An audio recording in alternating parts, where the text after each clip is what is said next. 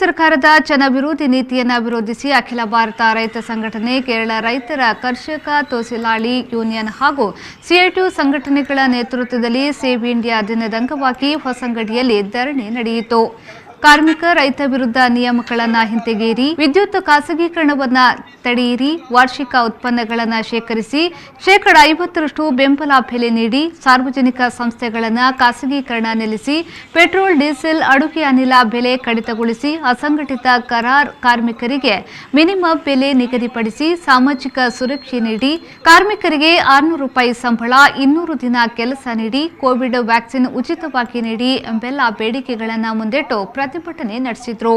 ಈ ಸಂದರ್ಭದಲ್ಲಿ ಅಖಿಲ ಭಾರತ ಕಿಸಾನ್ ಸಂಘದ ರಾಜ್ಯ ಸಮಿತಿಯ ಸದಸ್ಯ ಜಯಾನಂದ್ ಕೆಆರ್, ಗಂಗಾಧರ್ ದುರ್ಗಿಪಲ್ಲ, ನೇತಾರರಾದ ಕರುಣಾಕರ್ ಶೆಟ್ಟಿ, ದಯಾಕರ್ಗಿ, ಕಮಲಾಕ್ಷ, ಇಬ್ರಾಹಿಂ, ಪ್ರಶಾಂತ್ ಮೊದಲಾದವರು ಹಾಜರಿದ್ದರು.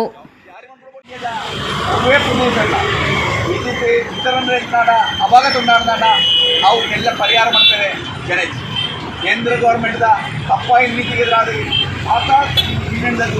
ಮಂచి సమరంగా విధానంగా చిత్రణ వరకు నಮಗೆ ఉపయోగపడుతుంది. ఒకటి కేంద్ర గవర్నమెంట్ ತುಂಬು ಅದನ್ನು ಡೆಲ್ಲಿಗೆ ಐದು ಕೇಂದ್ರದಲ್ಲಿ ಕರೆನ 8 ತಿಂಗಳು ಸಮರ ಇಂಡಿಯಾದ ರೈತರಿಗೆ ಎಂಕ್ಲ ಭೂಮಿ ಎಂಕ್ಲಿಗೆ ಓಡುದು ಮಾಡೋದು ಎಂಕ್ಲ ಭೂಮಿ ಎಂಕ್ಲನ ಓದು ಮಾಡೋದು ಇದನ್ನು ಸಮರವಾಗಿ ನಾವು ಮಾಡ್ತಿದ್ದೀವಿ. ಸುಮಾರು 5 ಲಕ್ಷದ ರೈತರಾದದ್ದು ನಿರಂತರವಾದ ಸಮರಗೊಂಡಿರುವುದು ಸ್ವಾಭಾವಿಕವಾದದ್ದು.